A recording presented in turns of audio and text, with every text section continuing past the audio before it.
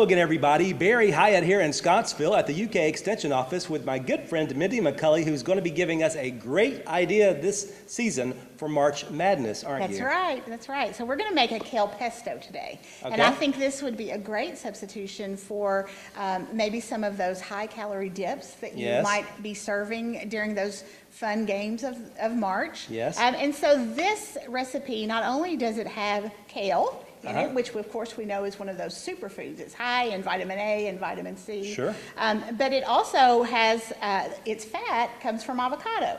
Okay. So in addition to, you know, the great flavor of the avocado, the fat in avocado is good fat. And so it's fat that it's okay to have in our dips. Now, of course, with all things, we want to eat in moderation. We don't want to make a meal out of a dip, but that is, of course, a great addition to any basketball fair. So there you go. I think we're going to enjoy this recipe.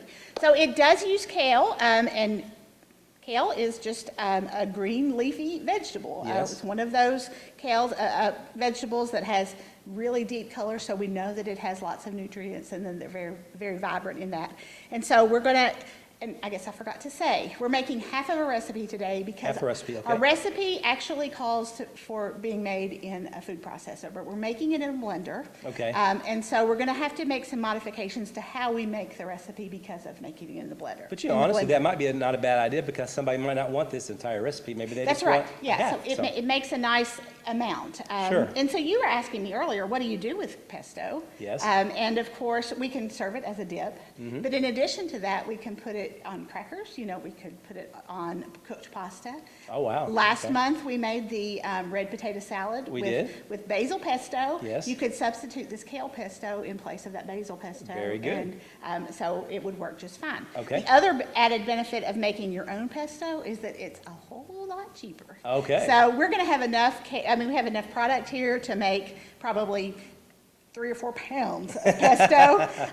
And the last time I bought pesto, I think a little 4-ounce jar cost about $5. So, oh my goodness. Yeah. So we're in good shape. We're doing fine. We're going to be doing good. So the first thing that we're going to add, because we're making it in the blender as opposed to a food processor, is our avocado. Okay. Now remember, we're doing half of a recipe, so this is half of an avocado. Okay. So we're going to put that in the bottom because the juicier ingredients help to make that avocado or the blender blend better. And let me just show you, if you've never cut up an avocado, and this recipe calls for a peeled and de-seeded. So this whole pit really was the seed of the avocado. And I just pulled that out and take that off. And then you can just take your avocado and you just run the knife right through it a couple of times lengthwise and then go across. Okay. Crosswise. Like a tic-tac-toe. Right, and if you'll give me that bowl back, I'll show you how to seed it and peel it real quick. So we're going to just take this avocado and turn it inside out, basically. Very good. And so then those cuts that we've already made, they just peel right off. It's really easy to get that peel out. And see, we have that peeled, seeded avocado. It's just like that. How simple was that, right? So that might be something that our viewers haven't seen before. I have not seen that before, so there you go. That's kind of fun to do. So that's, now like I said, we're just making half of a recipe. So that's why we're not going to put the rest of it in. Okay, and then we have 2 tablespoons of fresh lemon juice. Okay, very good. Once again, that's the wet ingredient, so we want that to get down inside the blender to get everything mixed up. Okay. And then we'll add a clove of garlic. And this is a 1/4 cup of fresh Parmesan cheese. I use fresh because I think it gives it a really nice flavor, but if you want to cut price, you can certainly go with the big green tube of Parmesan cheese. Sure. And then another green color. So this is also a great St. Patrick's Day recipe. There you go, yeah. We have pistachios, and these are salted roasted pistachios. Love them. So they add great color. Once again, if you want to cut cost a little bit, you could use pecans instead of pistachios. They are a little pricey. They are.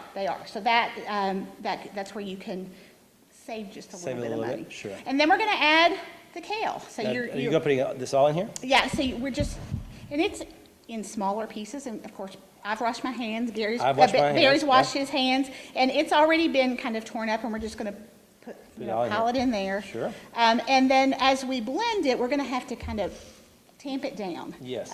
So if you don't have a blender that has that little middle piece that you can push in, then Okay. a wooden spoon will Yes. do just as well. Okay.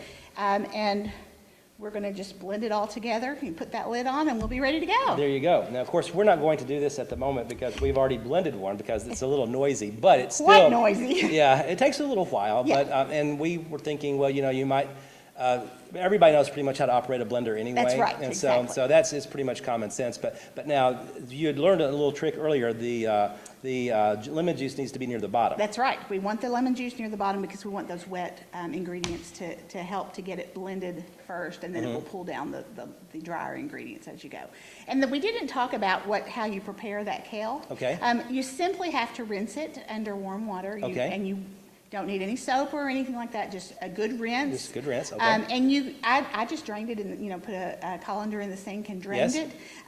But you don't have to dry it or anything because once again, that added moisture is going to add to the consistency of the pesto when it's finished. Okay, So- very good. And of course, after you've blended it, then you can see, we're going to show you now a shot of what it actually turns out to look like. And as you can probably see, it looks fantastic, doesn't it? Yeah, it does. And so you can dip your carrot sticks or your celery sticks in there if you're being really, really healthy. Unfortunately, today we have some chips beside it, but that's okay. They're baked chips, so they're good for you. But you can also spread it on a cracker, or like I said earlier, you can mix it up with pasta. Or pasta, put it in your yeah. potato salad. Most certainly. And hey, if you want the recipe, so easy to get it, you can get it in a couple of ways. You can email me at North Central. My email address there is barry.hyatt@nctc.com, or simply go to our website. It's www.nctc.com. And you also, Mindy, have another way. That's right. We have a website. It's plated up, all one word, .ca.uky.edu, and you don't need the www before that. Oh, very good. And then we also have a Facebook page that's plated up Kentucky Proud. Okay, fantastic. So all kinds of ways to get the recipe for sure. And again, it's very easy to make, and it's very quick actually too, Yes, isn't it? and if you happen to be on Instagram and you make this recipe, you put hashtag #KYProud, and it will go to that page, and so we'll be able to see your recipe that you've prepared. Fantastic. Well, thanks so much for your time today. Thank you guys for watching. Take care. Have a great rest of your day, and we will see you back here again real soon.